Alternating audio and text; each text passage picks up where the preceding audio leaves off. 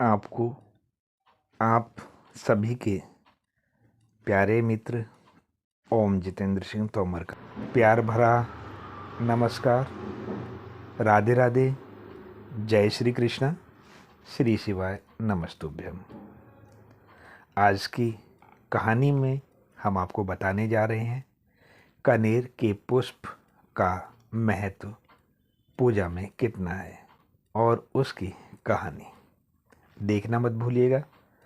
और हाँ, अगर हमारा यह प्रयास आपको अच्छा लगता है तो कृपया हमारे चैनल को लाइक करें, सब्सक्राइब करें और इसका बेल आइकन प्रेस करें ताकि आपको हमारी आगामी वीडियो का नोटिफिकेशन तुरंत मिल जाए और आप उसे सबसे पहले देखने वालों में शामिल हो जाएं।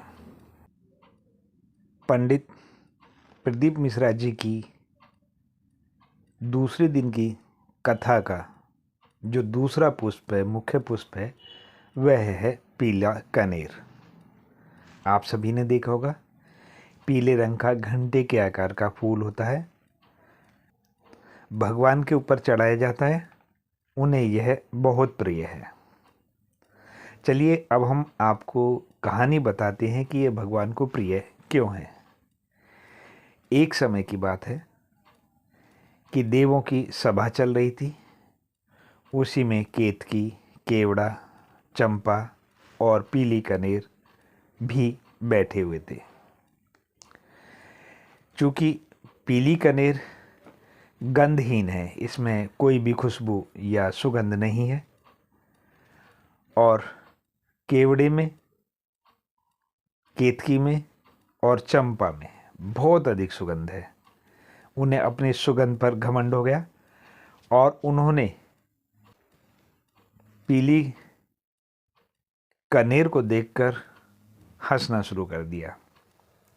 देवों की उस सभा में यह सब क्रियाकलाप नारद जी देख रहे थे।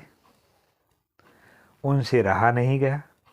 उन्होंने पीली कनेर का पुष्प तोड़ा और आकाश मार्ग से चल दिए। सब उन्हें देख रहे थे और नारद जी उस पीली कनेर को लेकर कैलाश पर्वत की तरफ हो लिए। उन्होंने उस पीले कनेर के पुष्प को कैलाश पर्वत की एक शिला पर रख दिया। जब कैलाश पर्वत की शिला पर रख दिया, उधर भृंगी और श्रृंगी दोनों कैलाश पर फूलों की खोज कर रहे थे कि हमारी आराधना कैसे पूरी हो, हम अपने आराधक भगवान शिव को कैसे प्रसन्न करें कि पुष्प मिले। लेकिन समय ऐसा था कि पुष्प नहीं मिल रहा था, या भगवान भोलेनाथ की ऐसी कृपा समझो कि उन्हें वह पुष्प दिखाई ही नहीं दे रहे थे। भृंगी को वह पीला पुष्प रखा हुआ दिखाई दिया और उन्होंने उस पुष्प को उठा लिया। जब श्रृंगी ने देखा तो उन्होंने कहा, भाई ये पुष्प तो बिल्कुल गंधहीन है और जहरीला भी है, इसे आप हमारे इष्ट देव को चढ़ाएंगे?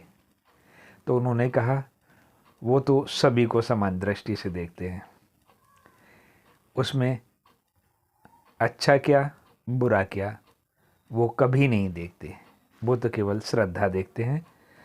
आज जब मैं सुबह चला था तो मुझे भगवान शिव पर एक भी पुष्प चढ़ा हुआ नहीं दिखाई दिया, इसलिए मैं आज इस पुष्प को चढ़ाऊंगा।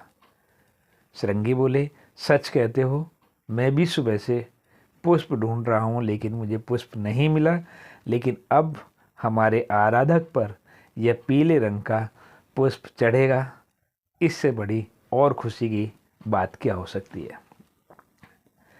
यह सुनकर कहकर श्रृंगी ने दुमदुमी बजानी शुरू की।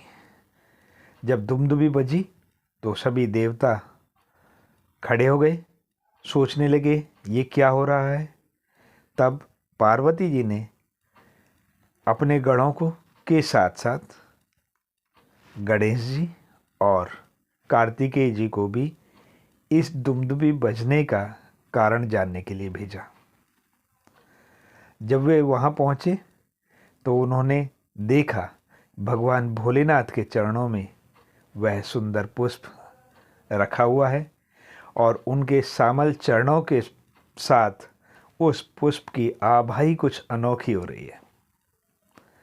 ये देखकर गणेश जी बहुत खुश हुए। उन्होंने अपने सूंड में जल भरा और उसे आकाश की तरफ उछाल दिया। सभी देवता दौड़े हुए आए, आखिर ये सब क्या हो रहा है, वो भी जानना चाहते थे। जब वे वहाँ पहुँचे तो उन्होंने भी जब उस पुष्प को देखा तो उनके मन में भी एक लालच आ गया कि काश इतना सुंदर पुष्प हम पर भी चढ़ता। भगवान भोलेनाथ सबकी मनोकामना पूर्ण कर देते हैं। आप भी अगर मन से कुछ मांगेंगे तो वो आपको खाली नहीं रहने देंगे, आपकी भी मनोकामना पूर्ण करेंगे। उसी समय जब देव इस फूल के अपनी पूजा में भी शामिल होने की इच्छा कर रहे थे, पार्वती जी यहाँ वहीं पहुँच गईं और उन्होंने उस पुष्प को उठाकर उनके कान पर लगा दिया।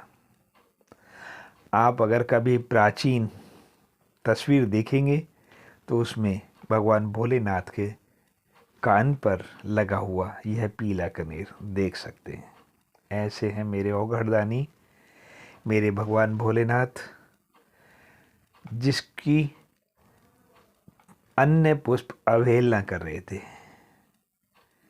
वो एक शिला पर पड़ा हुआ था, वहाँ से उठा करके उन्होंने अपने कान पर उसे अध्यारोपित करा लिया, अपने कान पर लगा लिया। इस प्रकार कनेर को भगवान शंकर का कर्णफूल होने का गौरव प्राप्त हुआ।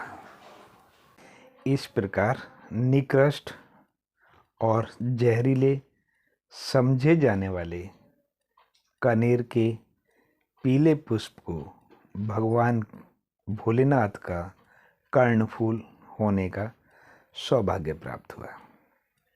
ऐसे हैं मेरे भोलेनाथ, वाकई बहुत भोले हैं। वे हर किसी की इच्छा पूर्ण करते हैं। कोसों दूर बैठे हुए कनेर के पुष्प की भी उन्होंने इच्छा सुनी और अपने कान पर धारण किया।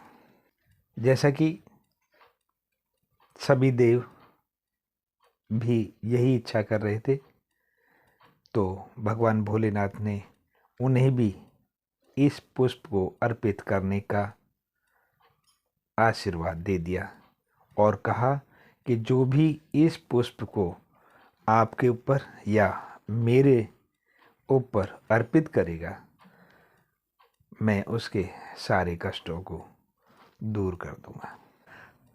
अगर हमारा यह प्रयास आपको अच्छा लगता है तो कृपया हमारे चैनल को लाइक करें, सब्सक्राइब करें और इसका बेल आइकन प्रेस करें ताकि आपको हमारी आगामी वीडियो का नोटिफिकेशन तुरंत मिल जाए और आप उसे सबसे पहले देखने वालों में शामिल हो जाएं।